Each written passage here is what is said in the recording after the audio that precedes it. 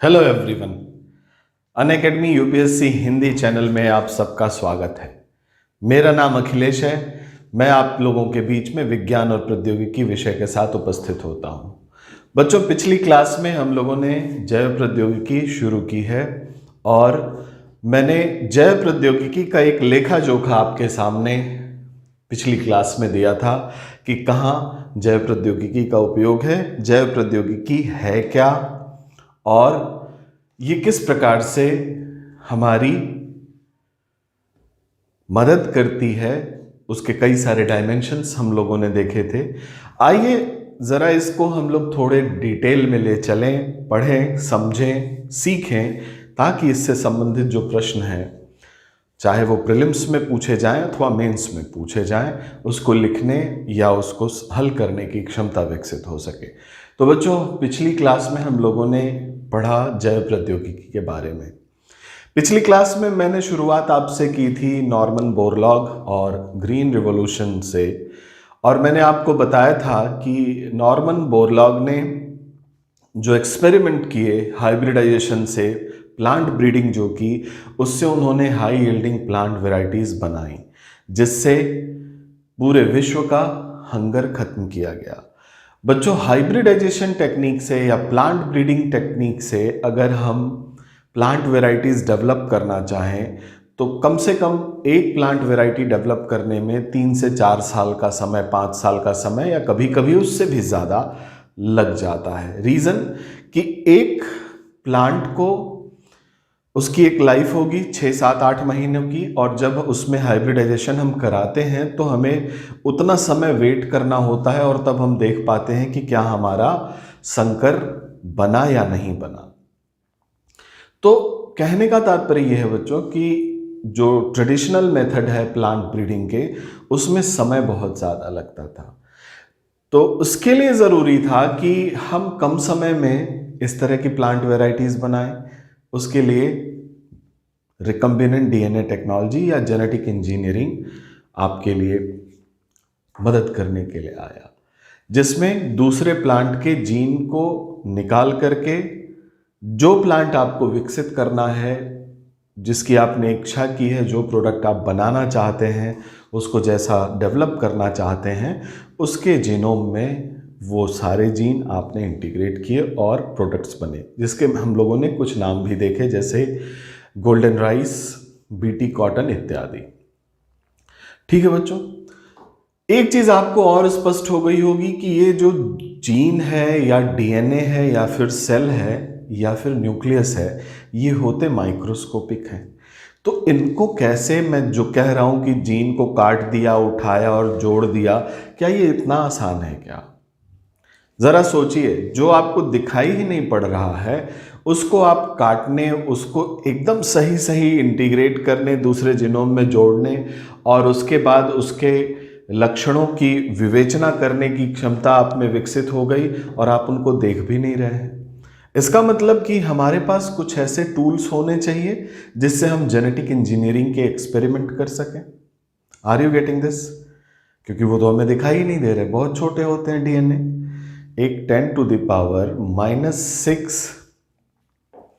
Metre के diameter में DNA packed है, और उस डीएनए के किसी स्पेशल सेगमेंट को, जिसको हम जीन कहते हैं, उसको ढूंढना कि ये इस काम के लिए उपयुक्त है, ढूंढ करके उसको वहाँ से स्लाइस करना, काट लेना, और उसको फिर उठा करके दूसरे ऑर्गेनिज्म के जीनोम तक ले आना, उसमें इंसर्ट करना। क्या ये पॉसिबल है? आप नंगे आंख से कर सकते हैं? हाथ से कर सकते हैं? बिल्कुल नहीं। इसके लिए चाहिए होता है जेनेटिक इंजीनियरिंग के कुछ टूल्स हैं, कुछ टेक्निक्स हैं, जिसको आप यूज़ करते हैं। 1960 से पहले बच्चों, जेनेटिक इंजीनियरिंग एक बहुत मील का पत्थर था, बहुत दूर का पत्थर था, वो अभी रीच में नहीं था। लेकिन 1960 में एक घटना घटती है बच्चों।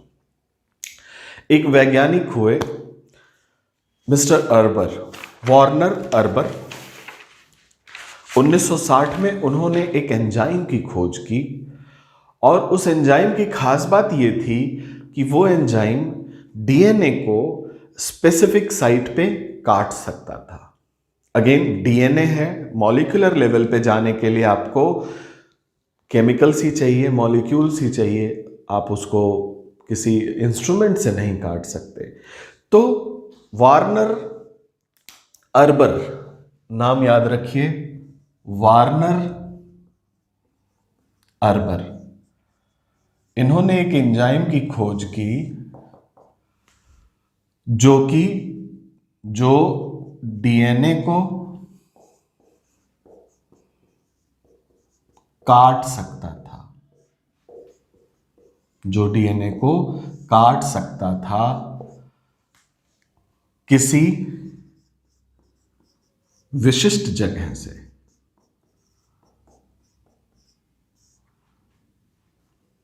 विशिष्ट स्थान से। So it can cut DNA at specific site, और इसका नाम रखा इन्होंने रिस्ट्रिक्शन इंडोन्यूक्लियेज। रिस्ट्रिक्शन इंडोन्यूक्लियेज। ठीक है बच्चों, हिंदी में भी लिख लीजिए, रिस्ट्रिक्शन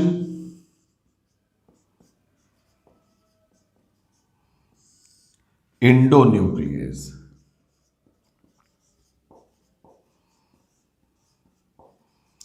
ये क्या है बच्चों? एक एंजाइम है, और इसकी खासियत ये है कि ये डीएनए को स्पेसिफिक साइट से कट कर सकता है। अब बहुत डिटेल में मत जाइएगा कि स्पेसिफिक साइट क्या होती है, वो on the very basis of nucleotide sequence वो डिसाइड होती है।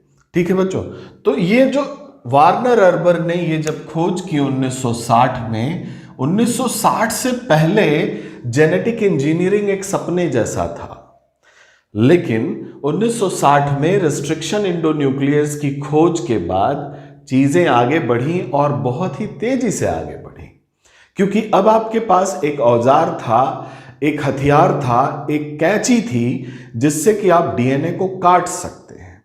और हां, इस एंजाइम को मॉलिक्यूलर सीजर भी कहा जाता है, आणविक कैंची भी कहा जाता है। क्या कहते हैं बच्चों? आणविक कैंची। आणविक कैंची। मॉलिक्यूलर सीजर क्यों कहते हैं molecular scissor? Because it can cut DNA at a specific site. ये डीएनए को किसी विशिष्ट स्थान से काट सकता है। डीएनए इट इज माइक्रोस्कोपिक, और एंजाइम ये भी मॉलिक्यूलर लेवल पे पहुंच गया। अब यानी आपके पास एक चीज तो हो गई कि डीएनए को हम काट सकते हैं। फॉर एग्जाम्पल, एक छोटा सा चित्र के माध्यम से मैं आपको बताना चाहूंगा। जैसे मान लीजिए ये डीएनए है, डबल हेलिकल डीएनए, हमने उसे सीधा कर लिया है, और बीच में ये जो मैं रेड से दिखा रहा हूं, ये जीन आपने पहचाना, बहुत रिसर्च किया और पहचाना कि इस ऑर्गेनिज्म का ये जीन जो है वो क्या है, कुछ इंपॉर्टेंट है, जो कि आपकी जरूरतों को पूरा कर सकता है। ये वाला जीन, जीन एक्स। बाकी ये डीएनए उसका जीनोम है, आप किसी ऑर्गेनिज्म के जीनोम को देख रहे हैं। अब समस्या ये थी कि आप इसे किसी फॉरसेप्स से पकड़ नहीं सकते थे, कोई इंस्ट्रूमेंटेशन ऐसा था नहीं, आप इसे देखने में भी मुश्किल होती थी। तो अब आपके पास क्या आया? अब आपके पास आ गया रेस्ट्रिक्शन इंडोन्यूक्लियस एंजाइम। जैसे इसके नाम कुछ होते हैं, जैसे इको R1, हिंद 1, ये नाम है बच्चों रेस्ट्रिक्शन इंडोन्यूक्लियस एंजाइम के। अब आपके पास रेस्ट्रिक्शन इंडोन्यूक्लियस एंजाइम है, आपने उस जीनोम को कट कर दिया यहां से, और ये जीन जो है इसको आपने अलग निकाल लिया। ठीक है बच्चों, ये जीन अब आपके पास सेपरेट हो गया, और मान लीजिए ये जीन ऐसा है जो कि टॉक्सिन डेवलप करता है, इंडोटॉक्सिन। जो कि अगर आप कहीं किसी प्लांट में डाल देंगे तो वो एंडोटॉक्सिन उस प्लांट के अंदर भी डेवलप होने लगेगा, लेकिन उस प्लांट को नहीं प्रभावित करेगा। कुछ कीट पतंगे हैं जो उस प्लांट को उगने नहीं देते थे, उसको प्रभावित करेगा, उसे मार डालेगा। अब आपके पास एक्स जीन हो गया है, ठीक है बच्चों। एग्जाम्पल, एक्स जीन आपके पास मिल गया क्योंकि आपके पास रेस्ट्रिक्शन एंडोन्यूक्लियस एंजाइम आ गया, आप काट पीट सकते हैं। अब क्या चाहिए आपको? अब चाहिए कि ऐसा कुछ हो जो इस जीन को ले जा करके जो होस्ट सेल जिसमें आप इस जीन को इंटीग्रेट करना चाहते हैं वहां तक पहुंचा दे, अथवा उसके अंदर इंटीग्रेट कर दे। यानी आपको कुछ ऐसा वाहक चाहिए जो इसे अपने कंधे पे ले और ले जाकर के होस्ट तक पहुंचाए कि भाई ये आपके लिए हम नया जीन लेके आए हैं। That means you require some vector, you require some agency, और इस एजेंसी को हम लोग वेक्टर कहते हैं बायोटेक्नोलॉजी के टर्म में। तो पहली जो हम लोग क्या पढ़ रहे हैं, एक्चुअली पढ़ रहे हैं जेनेटिक इंजीनियरिंग के टूल्स, हथियार, औजार कहेंगे इसको, टूल्स ऑफ जेनेटिक इंजीनियरिंग, और जिसमें पहला टूल है रिस्ट्रिक्शन एंडोन्यूक्लियस। ठीक है बच्चों, यहां तक समझ में आ गया। वार्नर अर्बर ने रेस्ट्रिक्शन एंडोन्यूक्लियस की खोज की जो कि डीएनए को कट कर सकता है। अब आपके पास क्षमता है किसी जीन को कट करके अलग करने की, लेकिन अभी भी आप इस जीन को कैसे आगे ले जाएंगे उसके लिए आपको एक और एजेंसी की जरूरत है, एक करियर की जरूरत है, एक वेक्टर की जरूरत है। तो दूसरा जो टूल है बच्चों उसको कहते हैं वेक्टर। ठीक है, वेक्टर का काम क्या होता है? जो जीन आपने कट किया, जो जीन डिजायर्ड है, जिस जीन की आपने इच्छा की है कि इसे हमें ट्रांसफर करना है, उस जीन को वो उठाता है और दूसरे होस्ट सेल जिसमें आप उसे इंटीग्रेट करना चाहते हो, जिसके जीनोम के साथ उसे संलग्न करना चाहते हो, उसके पास ले जा करके इंटीग्रेट कर देता है। ये काम किसका है बच्चों? वेक्टर का। तो दूसरा टूल क्या है हमारा? वेक्टर। वेक्टर इंग्लिश में लिखते हैं, हिंदी में आप इसे वाहक लिख सकते हैं। ठीक है बच्चों, और वेक्टर के रूप में कई सारे एजेंट्स हैं जिसको हम एज अ वेक्टर यूज कर सकते हैं, जैसे कि पहला है प्लाज्मिड।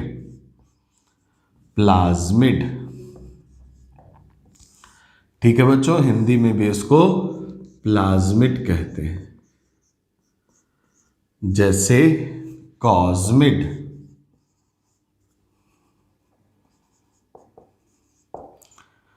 फैज्मिड,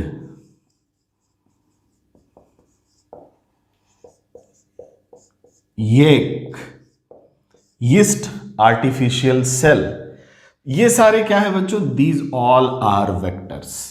ये क्या है? ये सारे वाहक हैं, वेक्टर हैं, जो कि कटे हुए जीन को ले करके होस्ट सेल तक ले जाएंगे। आपका पर्पस यही है कि ये जो जीन है जिसको आपने काट के निकाला है रेस्ट्रिक्शन एंडोन्यूक्लियस से, ये आप ले जा करके होस्ट सेल में इंटीग्रेट करा दें। ठीक है बच्चों, अब ये जिम्मेवारी निभाएगा वेक्टर। वेक्टर में ये नाम है जिसको आप जाने, plasmid, cosmid, phagemid, YAC, bacterial artificial cell, BAC भी होता है एक, BAC, बैक्टीरियल आर्टिफिशियल सेल। ठीक है बच्चों, बैक्टीरियल कृत्रिम कोशा लिखना चाहे लिखें, या BAC, इसको आप बैक भी लिखेंगे तो चलेगा, और ब्रैकेट में आप BAC लिखें। इसको यैक लिखेंगे चलेगा, ब्रैकेट में YAC लिखें। ठीक है बच्चों, तो चूंकि ये बहुत प्रिवेलेंट यूज होते हैं टेक्निक्स में, टर्मिनोलॉजी हैं, तो इसको एज इट इज आप लिख सकते हैं। अच्छा, ये सारे वेक्टर हैं और इसमें जो प्लाज्मिड होता है ना बच्चों, सबसे ज्यादा यूज किया गया है। प्लाज्मिड को सबसे ज्यादा यूज किया गया है। तो थोड़ा सा प्लाज्मिड देख लेते हैं होता क्या है। तो हम लोग वेक्टर पढ़ रहे हैं, हमारे पास दूसरा टूल मिल गया है जिससे हम उस जीन को उठा करके होस्ट सेल तक लेते जाएं। तभी तो हम रिकम्बिनेंट डीएनए बनाएंगे, ट्रांसजेनिक प्लांट बनाएंगे। तो हमने कहा कि प्लाज्मिड क्या होता है बच्चों? Extra chromosomal circular DNA. नाम इसका है एक्स्ट्रा क्रोमोसोमल सर्कुलर डीएनए, जो कि सेल्फ रेप्लिकेटिंग होता है। एक्स्ट्रा क्रोमोसोमल सर्कुलर डीएनए जो कि सेल्फ रेप्लिकेटिंग होता है। और इसमें एक पॉइंट होता है जिसको कहते हैं ओरिजिन ऑफ रेप्लिकेशन, जहां से रेप्लिकेशन शुरू हो सकता है। रेप्लिकेशन का मतलब होता है बच्चों द्विगुणन, डीएनए का द्विगुणन। जब सेल डिवाइड होती है तो डीएनए अपनी मात्रा को बढ़ाता है, वो होता है डीएनए रेप्लिकेशन। ठीक है बच्चों? तो ठीक उसी प्रकार से एक प्लाज्मिड के अंदर ओरिजिन ऑफ रेप्लिकेशन का पॉइंट होता है और एक सबसे इंपॉर्टेंट चीज होती है उसके अंदर एंटीबायोटिक रेसिस्टेंट जीन। एक हो सकती है, दो भी हो सकती है, एंटीबायोटिक रेसिस्टेंट जीन। अब आप कहेंगे इसका काम क्या है बच्चों? बहुत सारा यूटिलिटी है इसका, आगे बताऊंगा। इसके पास है antibiotic resistant gene. Antibiotic resistant gene plasmid में जैसे ही ये जीन इसे मिलता है, ये प्लाज्मिड इसे अपने अंदर इंटीग्रेट कर लेता है और फिर इस प्लाज्मिड को होस्ट सेल में हम इंसर्ट कराते हैं और ये जा करके होस्ट सेल के जीनोम से इंटीग्रेट हो जाता है। ठीक है बच्चों? अब मान लो कि आपने ये वाला जो जीन यहां पे आइसोलेट किया था, इस जीन को इस प्लाज्मिड में लोड कर दिया, ये जीन आ गई। ठीक है बच्चों? इस प्लाज्मिड में इस जीन को आपने लोड कर दिया क्योंकि ये सेल्फ रेप्लिकेटिंग है, ये जीन लोड हो गया। अब ये जीन X जिसकी हम लोग चर्चा कर रहे थे, ये जीन लोड हो गया। अब इस प्लाज्मिड को आपने होस्ट सेल में डाल दिया। ठीक है?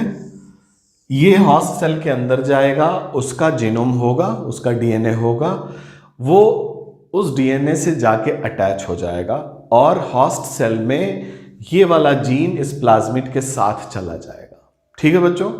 आपको कैसे पता चलेगा कि ये प्लाज्मिड इसमें ट्रांसफर हो चुका है? ध्यान दीजिएगा, कहानी में अगर कहीं आप छूट गए तो आप कहानी को समझ नहीं पाएंगे।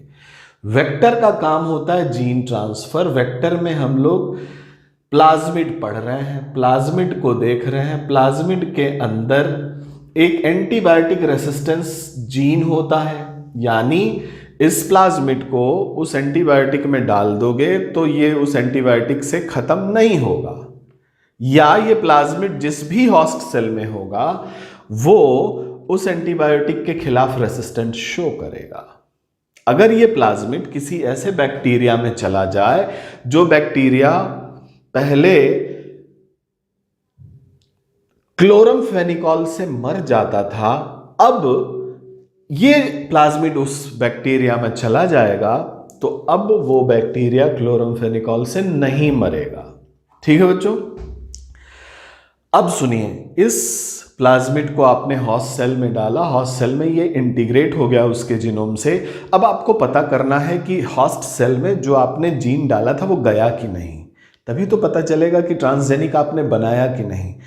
अब आपने क्या किया कि ये एंटीबायोटिक रेसिस्टेंस, मान लीजिए ये रेसिस्टेंस शो करता है एम्पिसिलिन के लिए, एम्पिसिलिन। मान लीजिए ये रेसिस्टेंस शो करता है टेरामाइसिन के लिए। ठीक है बच्चों? ये एंटीबायोटिक रेसिस्टेंट प्लाज्मिड था। अब इस बैक्टीरिया में अगर ये प्लाज्मिड होगा तो ये बैक्टीरिया के कल्चर में, जहां ये बैक्टीरिया आपने बना के रखा हुआ है, उसको पाल रखा है कल्चर मीडियम में, वहां पे अगर आप ये दोनों एंटीबायोटिक डालोगे और ये जीन ट्रांसफर हो चुका है, दैट मीन्स कि वहां पे ये वाला जीन भी है जो इन दोनों के खिलाफ रेसिस्टेंस रखता है, तो ये बैक्टीरिया अब नहीं मरेगा। बात समझ में आई? नहीं आई होगी, कैसे आएगी, फिर से समझाता हूं। एंटीबायोटिक रेसिस्टेंट जीन प्लाज्मिड में होते हैं जो कि उस एंटीबायोटिक के खिलाफ रेसिस्टेंस शो करते हैं। अब क्या हुआ कि आपने इस प्लाज्मिड से, ये बैक्टीरिया है, इस बैक्टीरिया का जीनोम होगा। आपको पता है बैक्टीरिया क्या होते हैं, इनमें न्यूक्लियस नहीं होता। ये प्लाज्मिड अंदर आया और इस प्लाज्मिड में ये वाला जीन भी है, साथ ही साथ एंटीबायोटिक रेसिस्टेंट जीन भी है। ठीक है बच्चों, और ये इस बैक्टीरिया का जीनोम है। जब रेप्लिकेशन हो रहा था इस बैक्टीरिया का, ये वाला प्लाज्मिड इसके डीएनए से जाके लग गया, जुड़ गया। ठीक है बच्चों, अब क्या हुआ कि इसके डीएनए में, जो बैक्टीरिया का डीएनए है, इसमें प्लाज्मिड जुड़ा और साथ ही साथ ये वाला जीन जुड़ा, और इसके साथ साथ वो जीन जो एंटीबायोटिक रेसिस्टेंट वाला था वो भी जुड़ा, और ये बैक्टीरिया अब क्या हुआ बच्चों, ट्रांसजेनिक बन गया। ठीक है, ये उसका जीनोम है। इसका मतलब कि ये जो प्लाज्मिड था जिसमें एंटीबायोटिक रेसिस्टेंस वाला जीन है, एंटीबायोटिक रेसिस्टेंस, ये वाला जीन आ चुका है। अब इस बैक्टीरिया के ऊपर अगर आप एंटीबायोटिक डालोगे तो ये बैक्टीरिया अब नहीं मरेगा, क्योंकि इसके अंदर एंटीबायोटिक रेसिस्टेंट जीन आ चुका है। और इसी से आपको पता चलेगा कि वो वाला प्लाज्मिड जिसमें एंटीबायोटिक रेसिस्टेंट जीन था, इस बैक्टीरिया के अंदर इंटीग्रेट हो चुका है। ठीक है बच्चों, तो मैंने रोल बताया इस एंटीबायोटिक रेसिस्टेंट जीन का वेक्टर के ऊपर। तो वेक्टर क्या काम करते हैं? वेक्टर जीन को ट्रांसफर करते हैं, साथ ही साथ वो जीन ट्रांसफर हुआ है कि नहीं इसकी भी जानकारी आपको देते हैं। कैसे देते हैं? एंटीबायोटिक रेसिस्टेंट जीन ट्रांसफर के कारण। आप इस बैक्टीरिया पे ये एंटीबायोटिक यूज करोगे, अब ये बैक्टीरिया मरेगा ही नहीं उस एंटीबायोटिक से। क्यों? क्योंकि उसके खिलाफ इसमें रेसिस्टेंस डेवलप हो गया। कब हुआ? जब ये प्लाज्मिड इसके जीनोम से इंटीग्रेट हुआ। क्यों हुआ? क्योंकि इस प्लाज्मिड में उन पर्टिकुलर एंटीबायोटिक के खिलाफ रेसिस्टेंस था। Are you getting this? तो ये होते हैं बच्चों वेक्टर। वेक्टर के बाद आपके पास होना चाहिए डीएनए सिंथेसाइज करने के लिए कुछ एंजाइम होते हैं, वो आपके पास होने चाहिए टूल्स के रूप में। ठीक है बच्चों, टूल्स के रूप में जो तीसरी चीज है वो है डीएनए सिंथेसाइजिंग एंजाइम, जैसे डीएनए पॉलीमरेज। ठीक है बच्चों, जब डीएनए रेप्लिकेशन हम लोग पढ़ते हैं तो उसमें डीएनए पॉलीमरेज का काम होता है वो डीएनए को पॉलीमराइज करे, उसके चेन को बढ़ाए। और एक और एंजाइम चाहिए होता है डीएनए लाइगेज। ठीक है बच्चों, डीएनए लाइगेज का काम क्या होता है? यह डीएनए के सिरे जो होते हैं, उसके एंड्स जो होते हैं उनको चिपका देता है, लाइगेट कर देता है, सिरों को जोड़ता है। आप मतलब समझिएगा, जब प्लाज्मिड जाके डीएनए में इंटीग्रेट होगा तो वो प्लाज्मिड कहीं जुड़ेगा डीएनए से, वो डीएनए कहीं कट होगा, यानी जुड़ना और कट होना डीएनए में नेचुरल प्रोसेस है। और ये प्रोसेस कंप्लीट करने के लिए डीएनए लाइगेज होता है। और डीएनए पॉलीमरेज क्या करता है? यह डीएनए सिंथेसिस में सहायक होता है।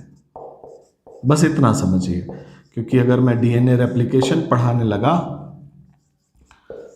तो ये जनरल स्टडीज नहीं रह जाएगी। ठीक है बच्चों, दो चीजें जानिए, डीएनए पॉलीमरेज और डीएनए लाइगेज। ये दो एंजाइम होते हैं।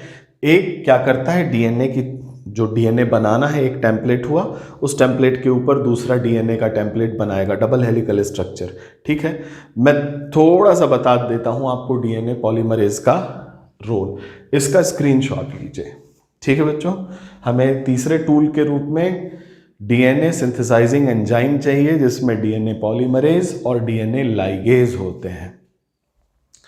होता क्या है बच्चों, डीएनए डबल हेलिकल स्ट्रक्चर होता है, और जब कोशिका विभाजित होती है तो आपको पता है अगली कोशिका में भी उतना ही डीएनए होता है जितना उससे पहले की कोशिका में है, अनटिल अनलेस वो रिडक्शन डिवीजन ना हो, वो मियोसिस ना हो। तो माइटोटिक डिवीजन में क्या होता है, गुणसूत्रों की संख्या सेम रहती है, यानी डीएनए उतना बनाना होता है। तो एक डीएनए, मान लीजिए एक डीएनए को हम कंसीडर करें, तो उसे अगले कोशिका विभाजन के लिए एक और डीएनए तैयार करना होता है, उसके अगले के लिए एक और डीएनए। तो डीएनए का रेप्लिकेशन होता है, डीएनए का द्विगुणन होता है। कैसे होता है ये देखते हैं। जैसे मान लीजिए ये डीएनए का स्ट्रैंड है, A T C G T A. तो यहां क्या होगा बच्चों, ए है तो यहां टी, ये शायद दिख ना रहा हो, मैं थोड़ा बड़ा बनाता हूं, ध्यान दीजिएगा। हम लोग डीएनए रेप्लिकेशन देखने जा रहे हैं। ए जी सी टी, यहां क्या होना चाहिए, टी डबल बॉन्ड। जी है तो यहां पे सी होना चाहिए, सी है तो यहां पे जी होना चाहिए, टी है तो यहां पे ए होना चाहिए। जनरल साइंस की क्लास आप अगर कर रहे होंगे तो ये क्यों लिखा गया आपको पता होगा। अब क्या होगा बच्चों, ये डीएनए रेप्लिकेट करेगा, ये डीएनए दो भागों में बटेगा। पहले इसकी अनवाइंडिंग होगी, दोनों स्ट्रैंड अलग अलग हो जाएंगे। क्या होंगे अलग अलग होके, ए जी सी टी, एक स्ट्रैंड हुआ, और दूसरा स्ट्रैंड नीचे, दूसरा उसका जो कुंडली का जो दूसरा भाग होगा वो नीचे हो जाएगा, ये होगा टी सी जी ए। ये मैंने एक छोटा 4 न्यूक्लियोटाइड का सीक्वेंस लिया, ये बिलियंस ऑफ न्यूक्लियोटाइड होते हैं बच्चों। ठीक है, अब क्या होगा कि डीएनए पॉलीमरेज आएगा, यहां पर इसके कंप्लीमेंट्री टी, इसके कंप्लीमेंट्री सी, इसके कंप्लीमेंट्री जी, इसके कंप्लीमेंट्री ए बना देगा।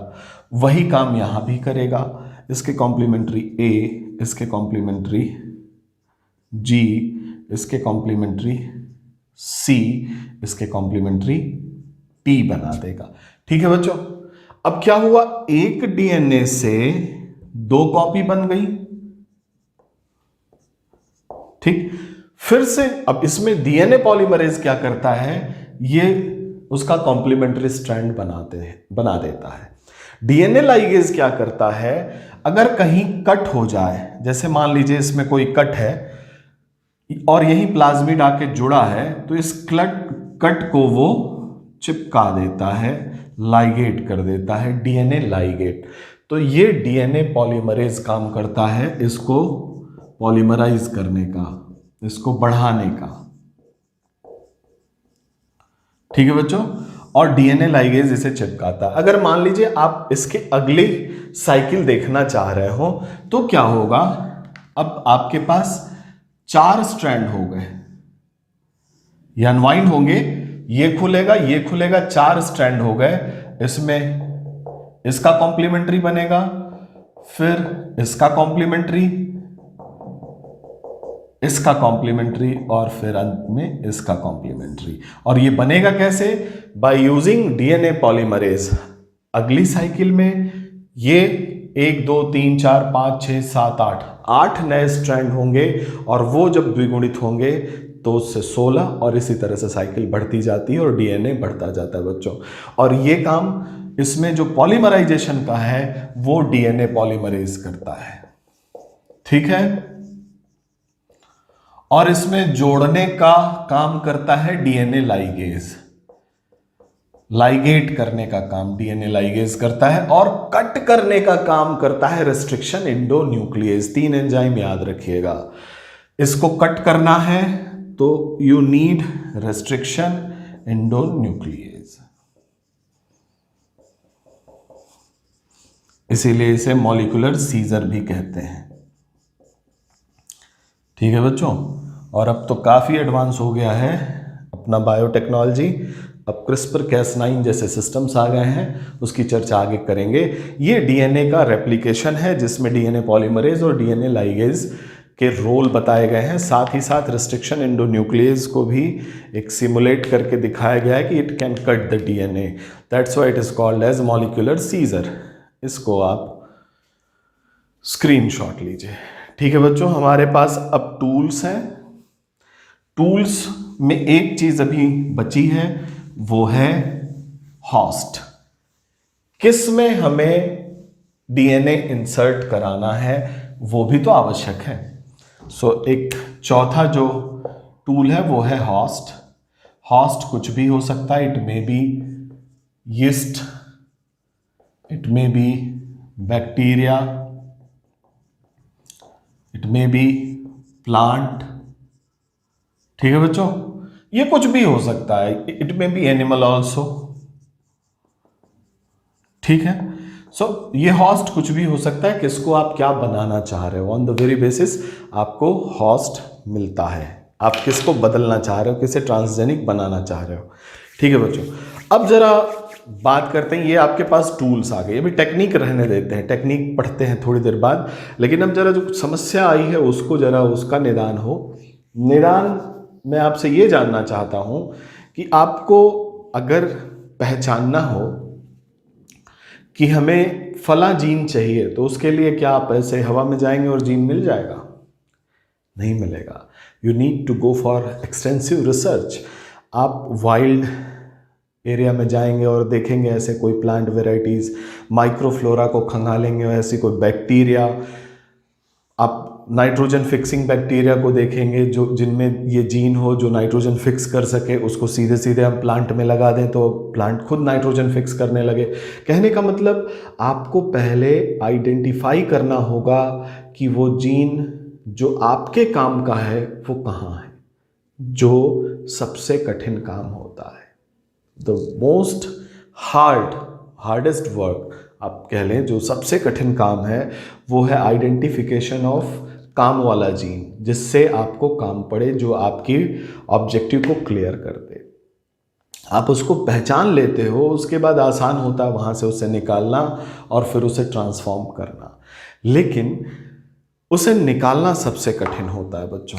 तो रिकम्बिनेंट डीएनए टेक्नोलॉजी जो है उसके कुछ स्टेप्स हैं जो हम लोग जेनेटिक इंजीनियरिंग पढ़ रहे हैं, या रिकम्बिनेंट डीएनए। रिकम्बिनेंट डीएनए का मतलब है दो कॉम्बिनेशन का डीएनए, दो ऑर्गेनिज्म के डीएनए को आपने मिला दिया, that's why it is called as recombinant DNA. Transgenic, दो ऑर्गेनिज्म के जीन मिले हुए हैं, that's why it is called as transgenic. जीनांतरित, जीन का अंतरण हुआ है, इसलिए अपने आप में शब्द आपको बता रहे हैं उसकी परिभाषा। तो या जेनेटिक इंजीनियरिंग कह लीजिए या रिकम्बिनेंट डीएनए टेक्नोलॉजी कह लीजिए, दोनों लगभग सिनोनिमस हैं। तो हम लोग जो रिकम्बिनेंट डीएनए टेक्नोलॉजी में जीन ट्रांसफर करना चाह रहे हैं उसके लिए कुछ स्टेप्स हैं, और पहला जो स्टेप है जो सबसे कठिन वाला है वो है कि आइडेंटिफिकेशन ऑफ जीन। कौन सा जीन आप ट्रांसफर करेंगे? ऐसे हवा में जाके तो जीन मिलेगा नहीं, जीन वो भी बिल्कुल माइक्रोस्कोपिक है। तो आप क्या करते हो, आप किसी पर्टिकुलर, जैसे मान लो आपने डिज़ायर किया, आपकी इच्छा है कि आप ऐसा कुछ बनाओ कि उससे जो है टमाटर की शेल्फ लाइफ बढ़ जाए, तो आपने देखा कि बीटा गैलेक्टोरोनेज एंजाइम एक है जो कि कैल्शियम पेक्टेट को गला देती है, पेक्टिन को गला देती है, और उससे फ्रूट जो है सॉफ्ट हो जाते हैं। अब आपने ध्यान दिया कि इस बीटा गैलेक्टोरोनेज एंजाइम को कोड करने वाला जीन कौन सा है, तो आपने उस जीन को आइडेंटिफाई किया। After so many of experiments आप उस जीन को आइडेंटिफाई करते हो, उसके सीक्वेंस को आइडेंटिफाई करते हो, तब आगे की स्ट्रैटेजी तय होती है। तो पहला जो स्टेप है वो है आइडेंटिफिकेशन ऑफ जीन। जैसे आपको गोल्डन राइस बनाना है, तो गोल्डन राइस बनाने के लिए आपने डैफोडिल और इरविनिया के उस जीन को आइडेंटिफाई किया होगा जो कि विटामिन ए की बायोसिंथेसिस कर सके। उसके लिए आपने डैफोडिल्स देखा आपने कि क्या क्रिम्सन कलर, बहुत अच्छे कलरफुल फ्लावर्स हैं, दैट मीन्स इसके अंदर तो ज़ैंथोफिल होगा ही होगा। आपको वहाँ से आइडिया आया कि यार विटामिन ए बायोसिंथेसिस हो सकती है, कैरोटिनॉइड है इसके अंदर, विटामिन ए बायोसिंथेसिस कर सकता है, लेट्स डू इट। ढूंढना शुरू किया और आपको मिला और आपने गोल्डन राइस बना दी। ठीक है बच्चों, आपने सुपर राइस बना दिया। ये सारी चर्चा हम लोग करेंगे क्योंकि आपने ढूंढा ऐसे जीन को जो कि आपके काम का है। तो जो सबसे पहला स्टेप है बच्चों वो है आइडेंटिफिकेशन ऑफ जीन। ठीक, तो चलिए आइए देखते हैं रिकम्बिनेंट डीएनए टेक्नोलॉजी हम लोग पढ़ लें जरा। रिकम्बिनेंट डीएनए टेक्नोलॉजी, और रिकम्बिनेंट डीएनए टेक्नोलॉजी में जो सबसे इंपॉर्टेंट स्टेप है वो है identification of gene. Identification of gene,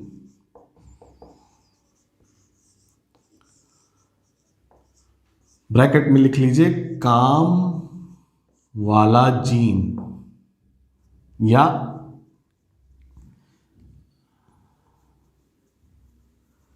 ऐसे ही लिख लीजिए जीन की पहचान करना। जीन की पहचान, इतने तो समझदार आप हैं ही, पहचान करना। आप फालतू जीन क्यों ढूंढेंगे, आप ऐसा जीन ढूंढेंगे जिसकी उपादेयता कुछ हो, उपयोगिता कुछ हो। तो जीन की पहचान करना, आइडेंटिफिकेशन ऑफ जीन, ये पहला काम है। दूसरा काम है बच्चों, आपने जीन पहचान लिया, जो आपने इच्छा की थी, जो डिजायर्ड था, उस जीन को तो आप पहचान गए। अब उस जीन को उस दूसरे जो ऑर्गेनिज्म है उसके जीनोम से काट करके निकालना है। तो दूसरा जो स्टेप है वो है आइसोलेशन ऑफ जीन। दूसरा स्टेप है बच्चों आइसोलेशन ऑफ जीन। जीन की पहचान करना, फिर जीन को पृथक करना। ठीक है बच्चों, जीन को पृथक करना कहां से, उसके पेरेंट ऑर्गेनिज्म से। वहां से आपने जीन को हटा लिया, अब जीन को आपने पृथक कर लिया। अगला काम क्या है कि अब जीन को वेक्टर में लोड करना। ठीक है बच्चों, insertion of gene into the vector. Insertion of gene into the vector, वाहक में जीन को लोड करना। लोड करना ही लिख लीजिए बच्चों, लोड करना। जो वाहक है उसके जीन, उसमें जीन को लोड करना।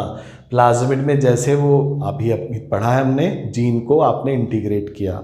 ठीक है बच्चों, अब क्या करते हैं, इसका स्क्रीनशॉट लीजिए तो आगे की कहानी मैं बताऊं।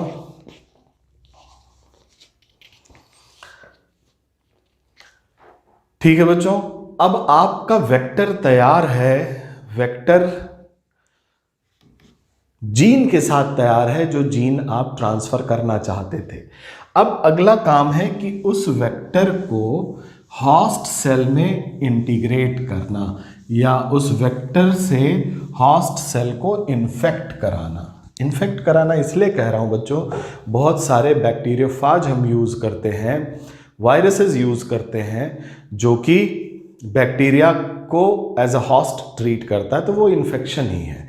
ठीक है बच्चों, तो यहां पे अगला है इंसर्शन ऑफ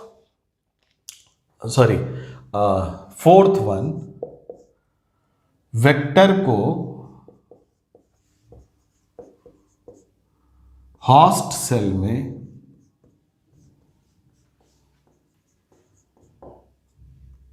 स्थानांतरित करना।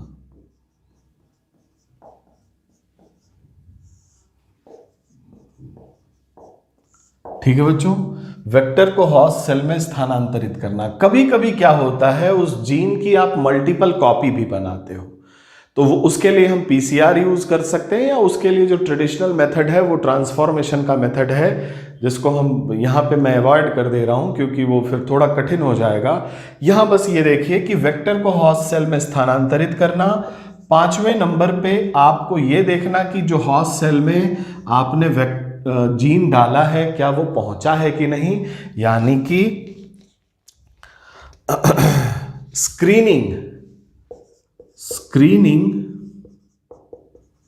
Of transformed host. Transformed host को हम लिख सकते हैं ट्रांसजेनिक होस्ट। ठीक है बच्चों, ट्रांसफॉर्म्ड होस्ट की स्क्रीनिंग करना, यह जांच करना, हिंदी में लिख लीजिए, यह जांच करना कि जो जीन स्थानांतरित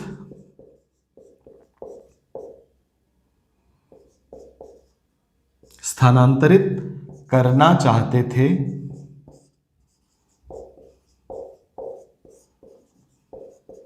वह ठीक स्थानांतरित हुआ या नहीं। ठीक है बच्चों, ये जांच बहुत आवश्यक है कि वो जीन ठीक स्थानांतरित हुआ या नहीं। और जब आप स्क्रीनिंग करते हैं तभी मैंने बताया जो एंटीबायोटिक रेसिस्टेंट, जो एंटीबायोटिक प्रतिरोधक जीन थे उसका यूज करते हैं आप उस कल्चर मीडियम में। पर्टिकुलर एंटीबायोटिक आप डालते हैं, अगर वो विथस्टैंड कर जाता है, जीवित रह जाता है, इसका मतलब ट्रांसफॉर्म हो चुका है, और नहीं होता तो फिर इसका मतलब कि मामला गड़बड़ है, हमें फिर से ट्रांसफॉर्म करना होगा। मोस्टली ऐसा हो जाता है स्क्रीनिंग। अच्छा, जब होस्ट में वो ट्रांसफॉर्म हो जाए तो आप का ट्रांसजेनिक ऑर्गेनिज्म बन गया। ठीक है बच्चों, ट्रांसजेनिक ऑर्गेनिज्म बन गया। अब जब आप ये जिनांतरित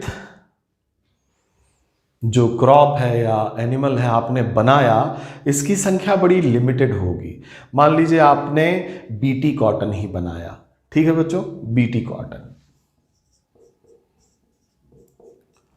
और अब आपको क्या करना है, इस बीटी कॉटन का कॉमर्शियल प्रोडक्शन करना है, इसको व्यावसायिक रूप से इसका उत्पादन करना है। तो क्या लैब में बनाए हुए 8, 10, 15, 20 या 100 पौधों से ऐसा हो सकता है? नहीं होगा। और अगर आप इसकी खेती करें 100 पौधों से, अगले साल 1000 बनाए पौधे, अगले साल 2 लाख बनाए, 5 लाख बनाए, it will take lot of time. तो इस समस्या से, यानी ट्रांसजेनिक ऑर्गेनिज्म को व्यावसायिक रूप से पैदा करना हो तो उसे एक टेक्निक की जरूरत होती है बच्चों, जिसे हम कहते हैं प्लांट टिश्यू कल्चर। तो यहां पे हम ऊतक संवर्धन विधि से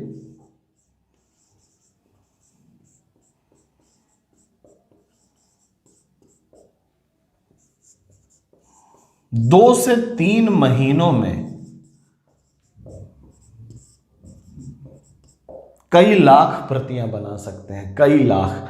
जबकि एक, अगर मान लीजिए बीटी कॉटन बनाते 6 से 7 महीना उसकी लाइफ होती, एक लाइफ 6 से 7 महीने लगते, फिर 10 से आपके सीड बनते 1000, 1000 से 1 लाख, 1 लाख से 10 लाख। तो ये समय लगता है, इट विल टेक टाइम। और सारे सीड बन जाएं और सारे सीड जर्मिनेट कर जाएं, ऐसा होता नहीं है। 50% जर्मिनेट होते हैं, बहुत अच्छे से जर्मिनेट हुए तो। इसका मतलब कि अगर इसे आप ट्रेडिशनल विधि से खेती कर करके अगर वहां जाते तो एक व्यावसायिक उत्पादन करने के लिए आपको एक लंबा समय इंतजार करना पड़ता, जबकि आपके पास सबसे कम है तो समय सबसे कम है। तो आप क्या करते हैं, ऊतक संवर्धन विधि से कुछ प्लांट्स के सेल लेते हैं और उस कोशिका से ही आप प्लांट बना लगते हैं और उसकी मल्टीपल कॉपी बना लेते हैं। तो हम लोग ऊतक संवर्धन विधि बहुत डिटेल में पढ़ेंगे। यहाँ मैंने एक परिचय दिया कि क्या है ये और क्यों यूज होता है, इसका आप स्क्रीनशॉट लीजिए बच्चों। हम लोग अभी रिकम्बिनेंट डीएनए टेक्नोलॉजी पढ़ रहे हैं, ठीक है। रिकम्बिनेंट डीएनए टेक्नोलॉजी में ऊतक संवर्धन विधि भी आएगी। अच्छा, एक चीज और जान लीजिए, आपने शुरू में देखा कि isolation of identification of gene, उसके बाद आइसोलेशन ऑफ जीन की बात जब आई तो कैसे आइसोलेट करते होंगे, आपने सोचा क्या? आपने जीन पहचान लिया, उसे कट भी किया, अब उसको अलग से निकालना है, तो कैसे निकालेंगे? कोई विधि होनी चाहिए, कोई टेक्निक होनी चाहिए। तो वहां पे हम लोग इलेक्ट्रोफोरेसिस यूज करते हैं बच्चों। क्या करते हैं? इलेक्ट्रोफोरेसिस,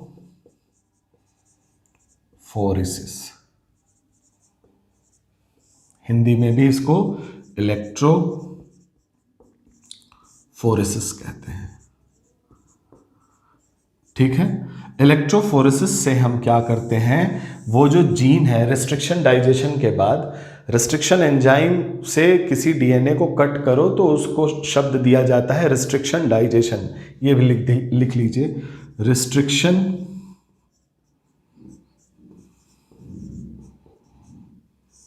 डाइजेशन, ठीक है बच्चों। एक डीएनए है, ठीक है, और इस डीएनए में जैसे ही आपने एंडोन्यूक्लियस एंजाइम डाला,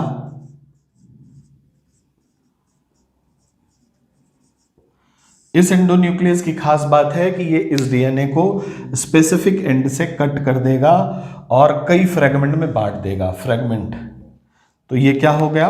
रेस्ट्रिक्शन डाइजेशन। पहले डीएनए था और जब इसको आपने एंडोन्यूक्लियस डाला, रेस्ट्रिक्शन एंडोन्यूक्लियस, तो ये कई फ्रेगमेंट में बट गया, ठीक है बच्चों। और आपको पता है कि उस फ्रेगमेंट के किस फ्रेगमेंट में, ये जो फ्रेगमेंट्स है आपका जीन है जिसको आपको यूज करना है। मान लीजिए फ्रेगमेंट 1 2 3 4 5, फ्रेगमेंट थर्ड को आप जानते हैं कि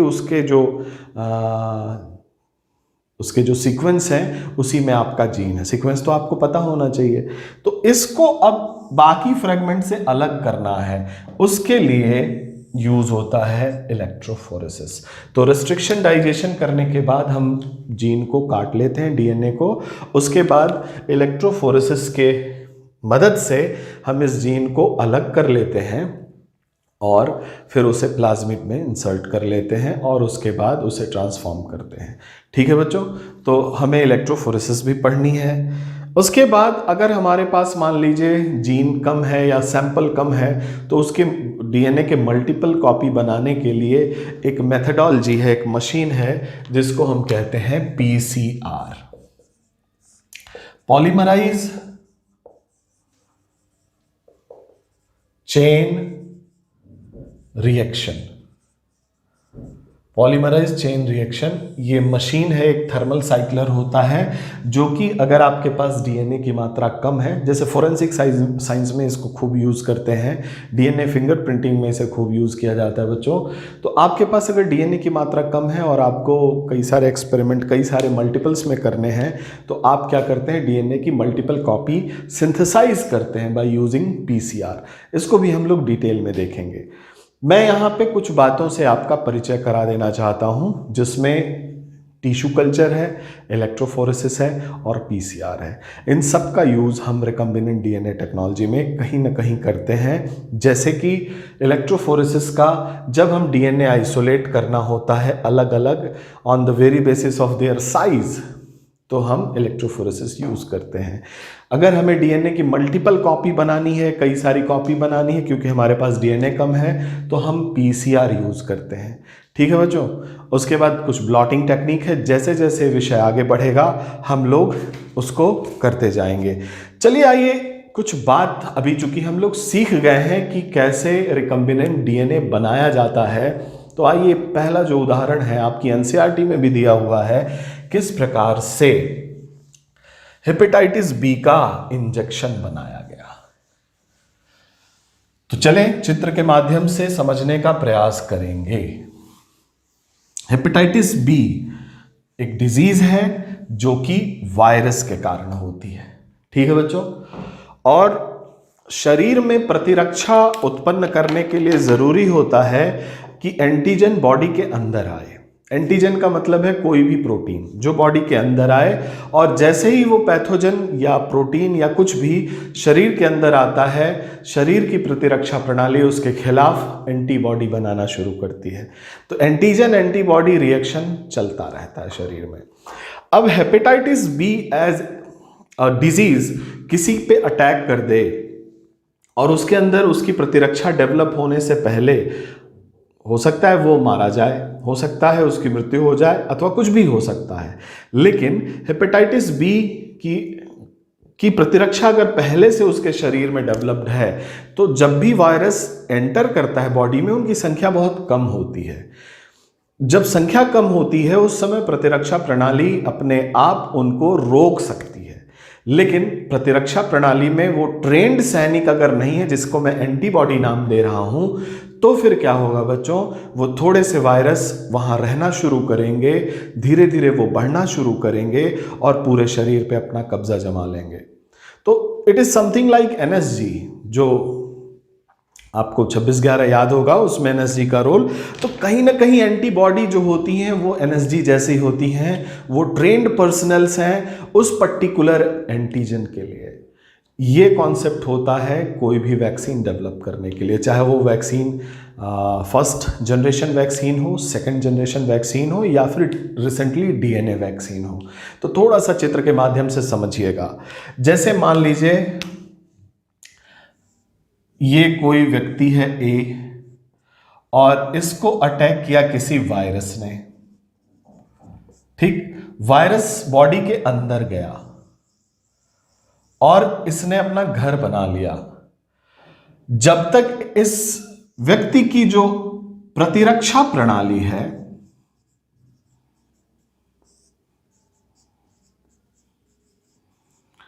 इस वायरस के खिलाफ एंटीबॉडी बनाएगी, तब तक इसकी संख्या, जो वायरस की संख्या इसके शरीर में बढ़ती चली जाएगी, बढ़ती चली जाएगी, और सारे सेल पे वायरस का कब्जा हो जाएगा, चाहे वो बैक्टीरिया ही क्यों ना हो। In both of the case pathogen आएगा, पैथोजन इसको कहें।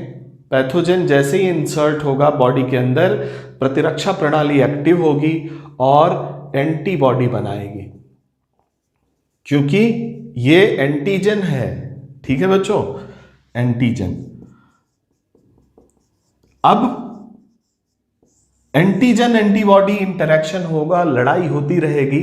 अगर एंटीबॉडी भारी पड़ गई तो इस वायरस को खत्म कर देगी, अगर एंटीबॉडी कमजोर पड़ गई तो ये वायरस हावी हो जाएगा और इस शरीर को ले जाएगा, मतलब अपने कब्जे में कर लेगा। That means it will result death.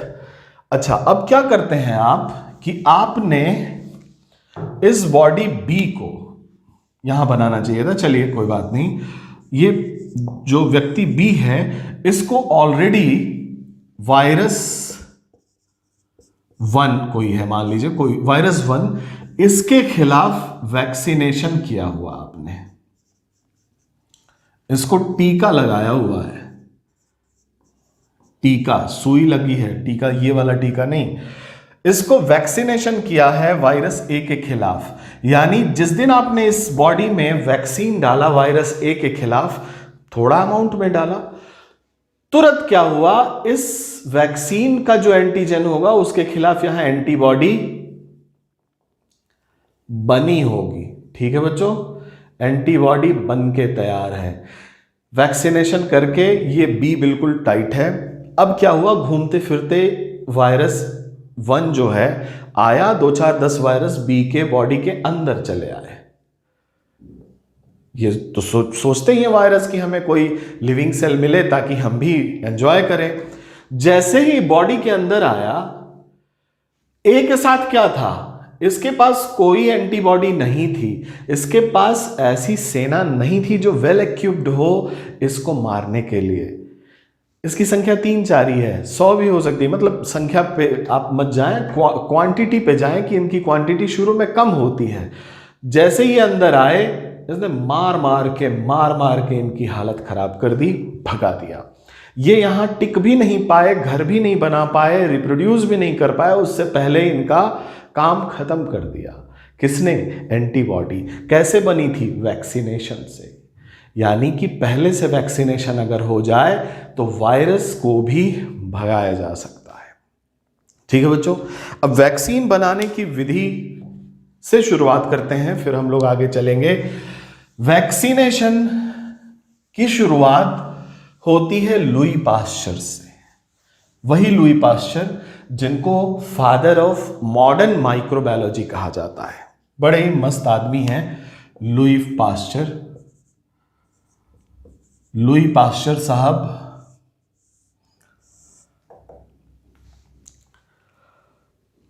French biologist हैं और इनको फादर ऑफ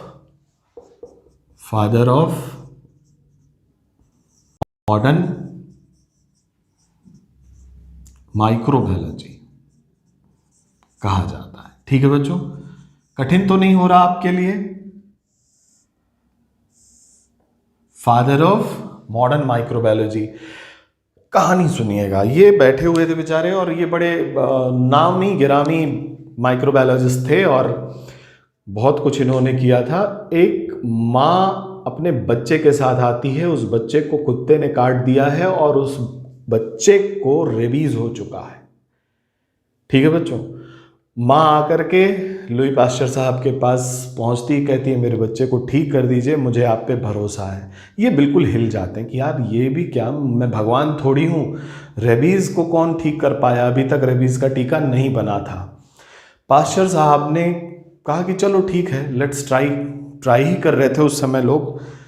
उन्होंने क्या किया, उस लड़के के सीरम को, खून को निकाला और उसे घोड़े में इंजेक्ट कराया। चूंकि इंसान से ताकतवर घोड़ा है और थोड़ा सा वायरस इंजेक्ट कराया था घोड़े में, घोड़े की बॉडी में जैसे ही वो वायरस पहुंचा, घोड़े की बॉडी में एंटीबॉडी बनना शुरू हुई। फटाफट एंटीबॉडी बनी और वायरस का जो असर था वो खत्म हो गया। वायरस का असर खत्म हुआ, इसका मतलब कि उस घोड़े के अंदर एंटीबॉडी बन गई। अब इन्होंने क्या किया, उस घोड़े के सीरम, ब्लड से एंटीबॉडी सीरम निकाला और उस बच्चे को लगा दिया। आफ्टर सम टाइम वो बच्चा रिकवर होने लगा और इस इंजेक्शन को वो कई बार लगाए और कुछ दिनों में वो बच्चा ठीक हो गया। फिर इन्हें लगा कि अगर हम वायरस को, उसकी एंटीबॉडी बना लें और उसे हम जो है किसी में लगा दें तो वो वायरस खत्म हो सकता है। वही हुआ था, घोड़े में आप वायरस डाला था, उसके खिलाफ एंटीबॉडी। तो इन्होंने 2 तरकीब निकाली कि आप एक काम करें कि वायरस को या तो मार दें, डेड, या फिर इसके वायरुलेंस को कम कर दें, एटेन्यूएटेड। या तो वायरस को मार दीजिए या फिर उसके वायरुलेंस को कम कर दीजिए। इसको शब्द देते हैं एटेन्यूएटेड। और इन वायरस को, डेड या एटेन्यूएटेड वायरस को अगर आप सीधे सीधे यूज कर दें तो इसके खिलाफ एंटीबॉडी बन जाएगी। डेड है इसका मतलब वो नुकसान नहीं करेगा, लेकिन उसके खिलाफ एंटीबॉडी बन जाएगी तो बॉडी के अंदर पहले से एंटीबॉडी तैयार रहेगी कमर कस के। अगर वायरस फिर से अटैक करता है तो फिर उसको रिस्पॉन्स करेगा। एटेनुएटेड वायरस है, उस केस में भी वायरस के कुछ जो प्रोटीन हैं, जो उसके कोट हैं, वो तो आए होंगे, तो उसके खिलाफ भी एंटीबॉडी बन जाएगी। तो कुल मिलाकर के वैक्सीनेशन की शुरुआत हुई और लुई पास्चर साहब ने रेबीज और एंथ्रेक्स दोनों की वैक्सीन बनाई। रेबीज और एंथ्रेक्स। और भी बहुत सारे काम इन्होंने किया है। इसमें आप पास्चुराइजेशन शब्द सुनते होंगे। पास्चुराइजेशन माइक्रोबायोलॉजी से संबंधित है, डेयरी इंडस्ट्री वगैरह में यूज होता है। 80 डिग्री सेंटीग्रेड के आसपास इंटरमिटेंट हीटिंग करते हैं हम दूध वगैरह की, और उसमें से बैक्टीरिया सारे मर जाते हैं और वो लॉन्ग टर्म के लिए प्रिजर्व हो जाता है। हम लोग कभी और देखेंगे, फिलहाल हम लोग वैक्सीन की बात कर रहे हैं बच्चों। फादर ऑफ मॉडर्न माइक्रोबायोलॉजिस्ट ने विधि बताई कि वायरस को डेड करो या एटेनुएट करो, इन दोनों सीरम को अगर तुम इंजेक्ट करोगे वायरस के खिलाफ एंटीबॉडी बनेगी, उसके खिलाफ प्रतिरक्षा बन जाएगी। इस बात का ध्यान रखते हुए रिकम्बिनेंट डीएनए टेक्नोलॉजी में क्या किया गया, यहां वायरस और एटेनुएटेड वायरस की बात हो रही है, वहां जेनेटिक मटेरियल की बात हो रही थी। अब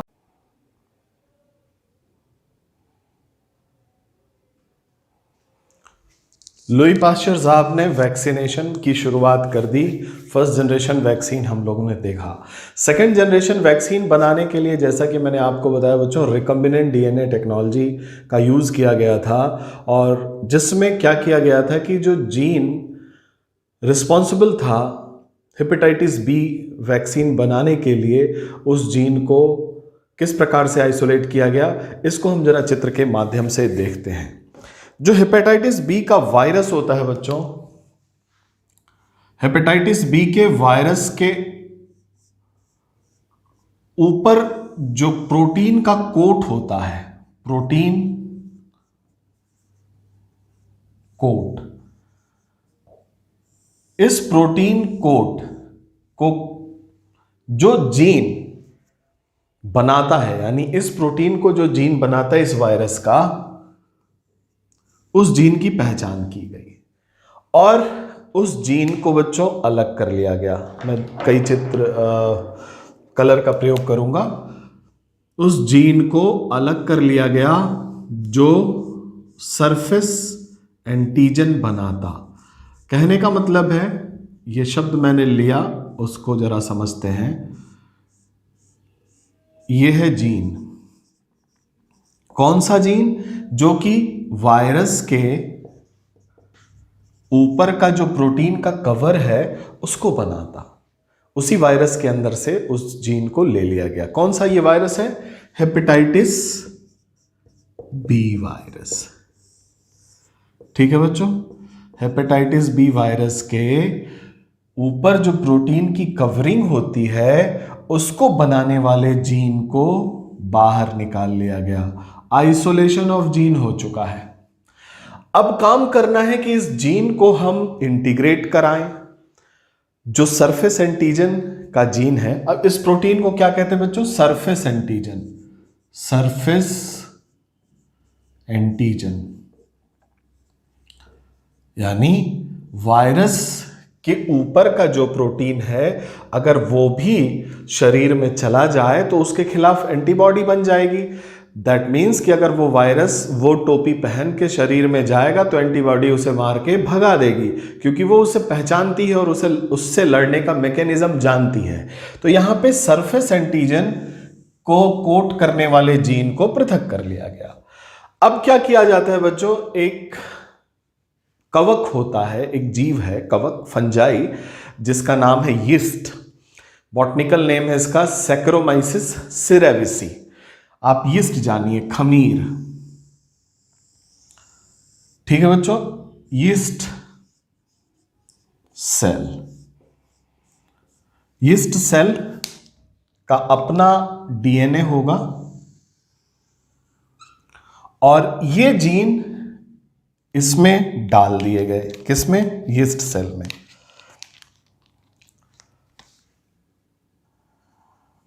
ठीक है बच्चों, ये जीन इसमें डाल दिए गए यीस्ट सेल में। जीन इंटीग्रेट हुए यीस्ट के जीनोम से। ठीक है बच्चों, अब क्या होगा, ये जो जीन है, इस यीस्ट का जो डीएनए है, जीनोम है, वो ये है, genome of yeast. Yeast cell के जीनोम में ये जीन अब इंटीग्रेट होंगे। ये कौन से जीन हैं? जो इस प्रोटीन कवर को या सरफेस एंटीजन को कोट करते हैं। इस यीस्ट कोशिका में अब क्या होगा, अगले स्टेज में ये दोनों जीन इंटीग्रेट हो चुके हैं। कहां पे? जो यीस्ट का जीनोम है। ठीक है बच्चों, यीस्ट के जीनोम में सरफेस एंटीजन जीन जुड़ जाते हैं। अब क्या होगा?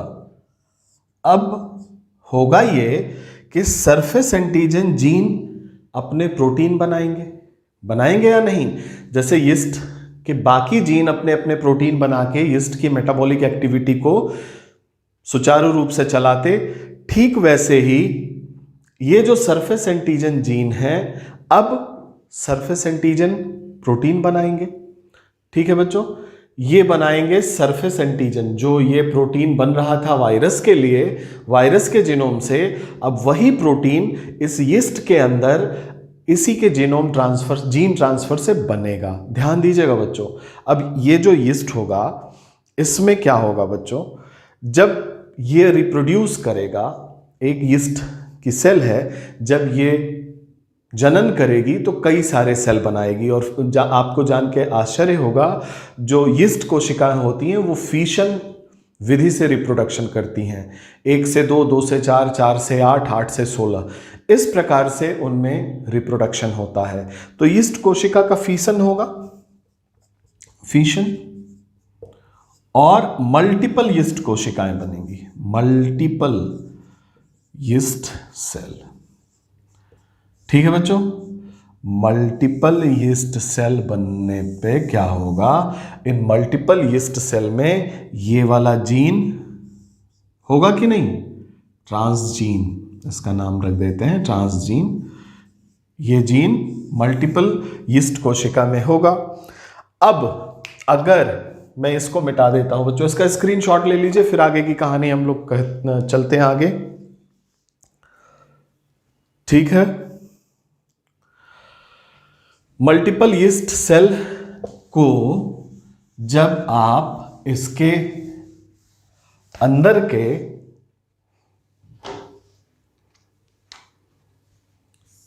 सेल सैप को आइसोलेट करोगे, जो कोशिका के अंदर का जूस है, उस सैप को आइसोलेट करोगे, तो उसमें सरफेस एंटीजन होगा कि नहीं होगा?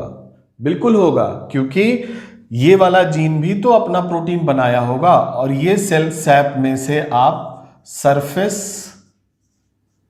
एंटीजन, आप बस इतना समझिए, ये वायरस के खोल का, वाह्य खोल जो है, प्रोटीन, सरफेस एंटीजन का मतलब, ये सरफेस एंटीजन इसके सेल सैप में होगा। अब आप क्या करेंगे, इस सरफेस एंटीजन को आइसोलेट कर लेंगे। ये भी मैं मिटा दे रहा हूं। इस सरफेस एंटीजन को आप आइसोलेट कर लेंगे। सरफेस एंटीजन को आपने पृथक कर लिया, और पृथक करने के बाद इस सरफेस एंटीजन को अगर वैक्सीन के रूप में किसी भी शरीर में आपने इंजेक्ट कर दिया, तो वो बंदा इस वायरस के लिए, हेपेटाइटिस बी वायरस के लिए इम्यून हो जाएगा। ठीक है बच्चों, ये पृथक सरफेस एंटीजन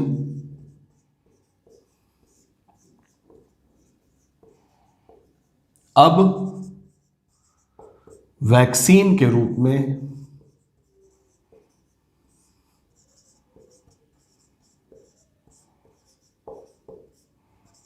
उपयोग में लाया जाएगा। सरफेस एंटीजन अब वैक्सीन के रूप में उपयोग में लाया जाएगा। कैसे आपने प्राप्त किया surface antigen?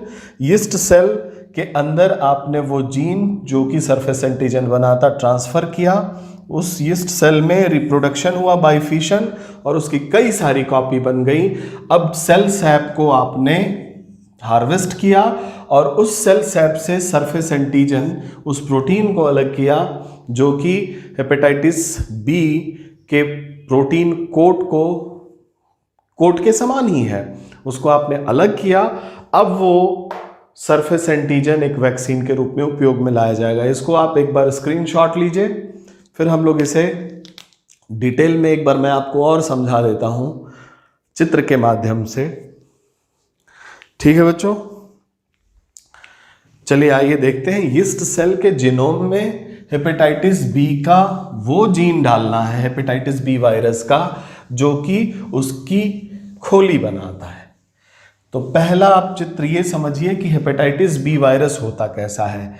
Hepatitis B virus, ठीक है बच्चों, इसमें चारों तरफ एक प्रोटीन कोट होता है, इसके ऊपर ये कहलाता है सरफेस एंटीजन।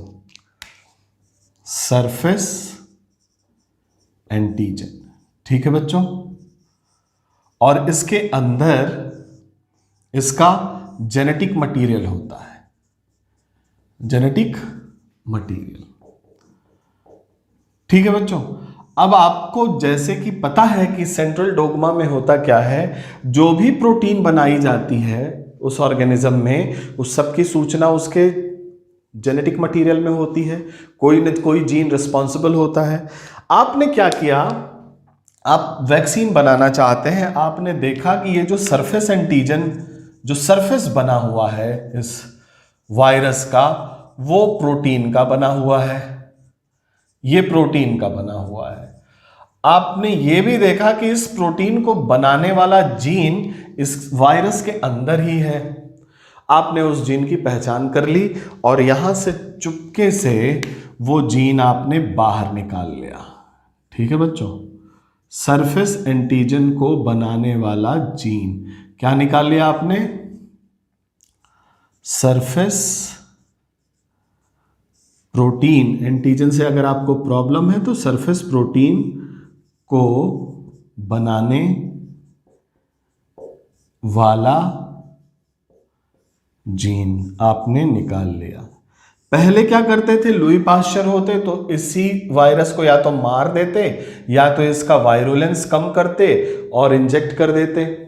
लेकिन अब आपके पास रिकम्बिनेंट डीएनए टेक्नोलॉजी है। अब आप जीन की पहचान कर सकते हैं और जीन को पृथक कर सकते हैं। इस जीन को आपने अलग किया। इतना किसको समझ में आया? मुझे लगता है सबको आया होगा। तो हेपेटाइटिस बी वायरस के सरफेस एंटीजन या सरफेस प्रोटीन को बनाने वाले जीन को आपने पृथक कर लिया है और वो ये है। फटाफट चित्र अपना वो स्क्रीनशॉट लीजिए तो फिर आगे की कहानी बताएं।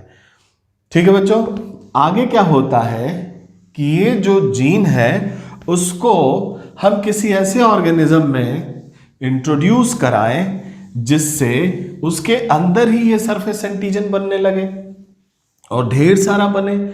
उसके लिए चुनी गई यीस्ट कोशिका, यीस्ट।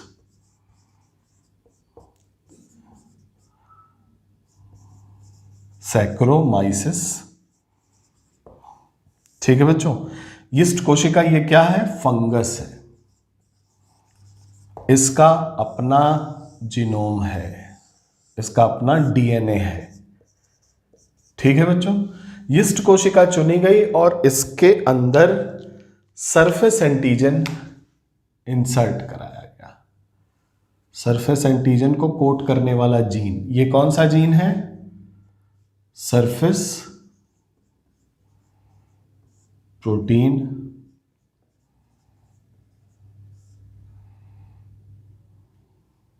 जीन। ठीक है, सरफेस प्रोटीन को कोट करने वाला जीन। अगली स्थिति क्या होती है? कुछ समय के बाद ये जीन इसके डीएनए में इंटीग्रेट हो जाता है। क्या होगा बच्चों अगला स्टेप?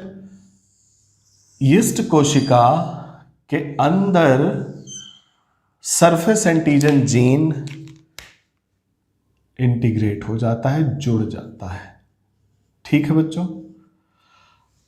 ये स्टेप 1 है, ये स्टेप 2 है। अब यहां जब जीन इसके अंदर इंटीग्रेट हो गया तो ये यीस्ट क्या करेगी? इसको तो रिप्रोडक्शन करना ही था, कई सारी सेल बनाएगी, रिप्रोडक्शन करेगी, कई सारी सेल बनाएगी। इसको कहते हैं फीशन।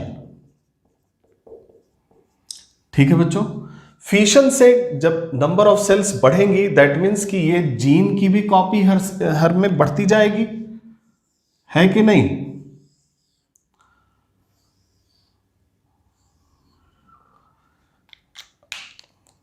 ये जीन भी सब में मल्टीप्लाई होता जाएगा। यानी अब आपके पास, पहले आपने कुछ यीस्ट सेल बनाई थी, अब आपके पास कई सारी यीस्ट सेल हुई। ये तीसरा स्टेप होगा। अच्छा, इसी बीच में आप ध्यान दीजिए, ये यीस्ट जब कोशिका डिवाइड करेगी तो कई सारे प्रोटीन बनाएगी या नहीं?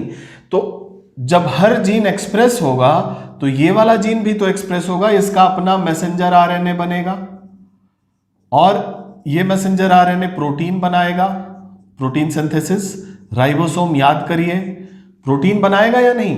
ये कौन सा प्रोटीन बनेगा?